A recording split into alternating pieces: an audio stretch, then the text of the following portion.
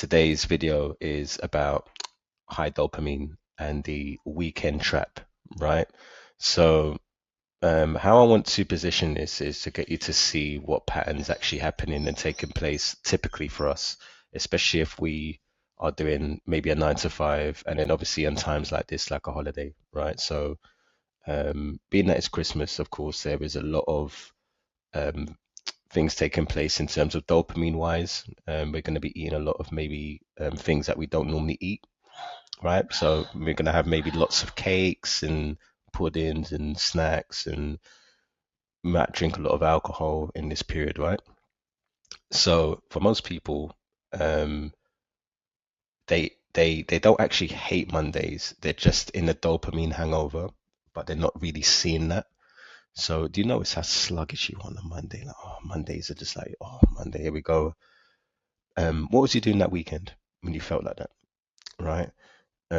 It's definitely worth looking into that. So there's a high dopamine and there's the crash. And what's happening with that crash is you've filled your whole weekend with binging Netflix, watching like all these shows and eating lots of sugar and all this stuff, right? And drinking lots of alcohol.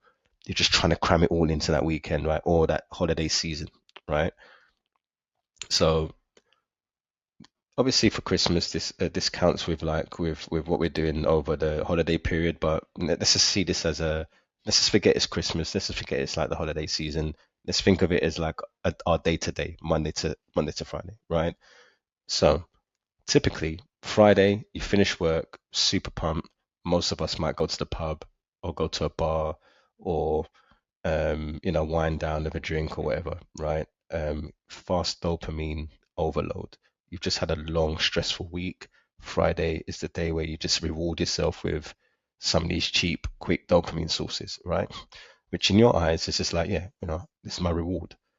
But what happens is you do that on the Friday to Sunday, and then Monday you have a crash, right? You're really not up for the week. You've got this long week ahead. You've got lots of things you've got to catch up on, maybe, right? And you start off with this crash. By Tuesday to Thursday, you're trying to recover from that crash, right? So maybe you've had the hangover, maybe you've been drinking over the weekend. Monday, you have the crash. Tuesday to Thursday, you're kind of trying to recover from that. And then Friday, repeat. That's kind of what most people go through as a way of leading their life.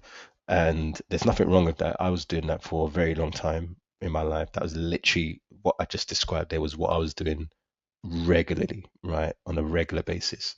It doesn't look like that anymore because, I'm just a little bit more aware. I'm seeing what's actually going on. I don't drink alcohol anymore. Sugars, yeah, I love my sugar. I'm just trying to be a bit more controlled with how I do it and having it more as a treat versus a just kind of abusing it.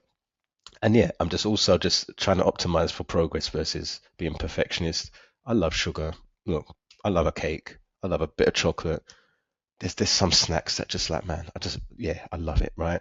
But I do make sure that I do things that I'm supposed to do and then have that be a treat and a reward. For example, I'm recording this now.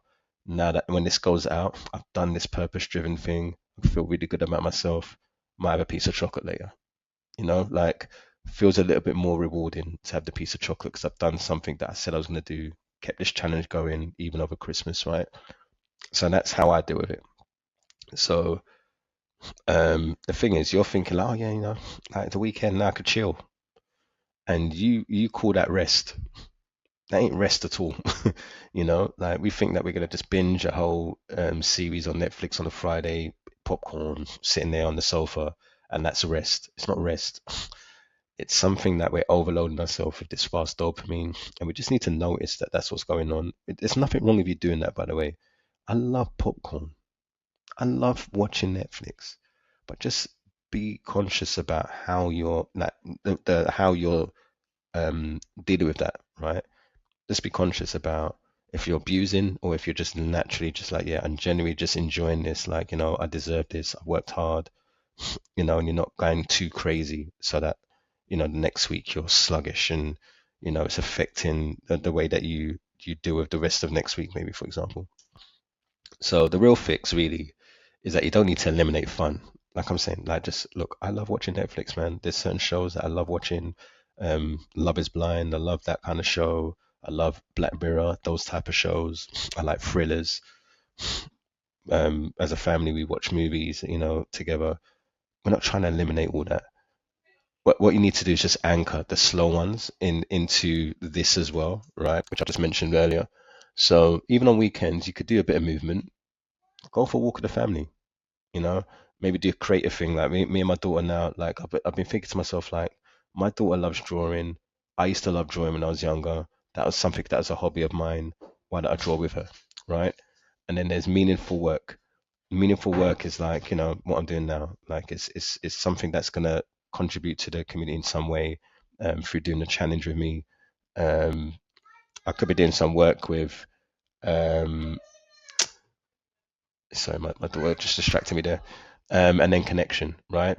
So connection is just meaningful connections. You might reach out to a friend, just to see how they're getting on, maybe meet up, do an activity together. Me connecting with my daughter, maybe like I might do an activity with her, connecting with her, connecting with my partner, maybe go on a date night. Like these little things that are slow dopamine anchors that could be added versus like the abusing of just like, yeah, I'm just going to abuse all these. I'm going to be doom scrolling the whole day because it's the weekend. I'm not working. Like you could use that and just distribute some of these other ones here on the screen. And yeah, you might be able to do a little bit of like just checking what's going on socials if you want, but not make it just be like the thing that you just abuse because it's the weekend, right? And drink alcohol and go crazy and party crazy because it's the weekend, right? It's just like it's just things that I just realized that the impact afterwards is just it just keeps you in this loop. So you want to do these tiny ones to just prevent these massive crashes. It'll balance itself out, right? So there's a desire inbox that I've mentioned on this challenge where it will give you a lot of relief because you don't have to do everything right now.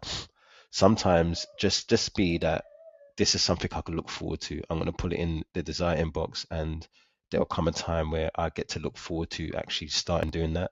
But it's not something I have to do right now. It's just something I would desire to do and I get to choose when I can do that and look forward to it next week maybe or the week after or next month or next quarter or whatever. Right. So try to have less pressure to do things and more looking forward to diving into something. So action step that I'd say for you, if you want, you don't have to do it now. Maybe do it on the weekend after the holidays, right? After the Christmas period or whatever. But just think about something that you could do as movement. Like even today, like it's Christmas. There's nothing wrong with you just going for a 15-minute walk, whether it's with the family or whether it's yourself, just a 15-minute just to disconnect a little bit. Add that into maybe today creation. You could do some games together. Like you could create like a little cool game that you guys could do together as a family. I don't know. Or just do something in general that's in creating something cool. Connection, obviously, Christmas is easy to do connection because obviously connecting with your family right now, but have it with the context that it's not abusing, yeah, it's Christmas, so I'm going to drink and get completely battered. It's more like, yeah, I'm going to take a moment just to just be grateful for where I am right now in the journey, um, connect to my daughter, like actually be present with her, not on my phone constantly. Like, just anchor these things into your weekends or into the holiday season. And you see a big difference in like, how you approach after that has happened. You don't feel as sluggish or tired or resentful, oh, the week's over, like now I've got to start Monday. Like you're gonna start feeling a bit different maybe about it. But anyway, take care. Peace.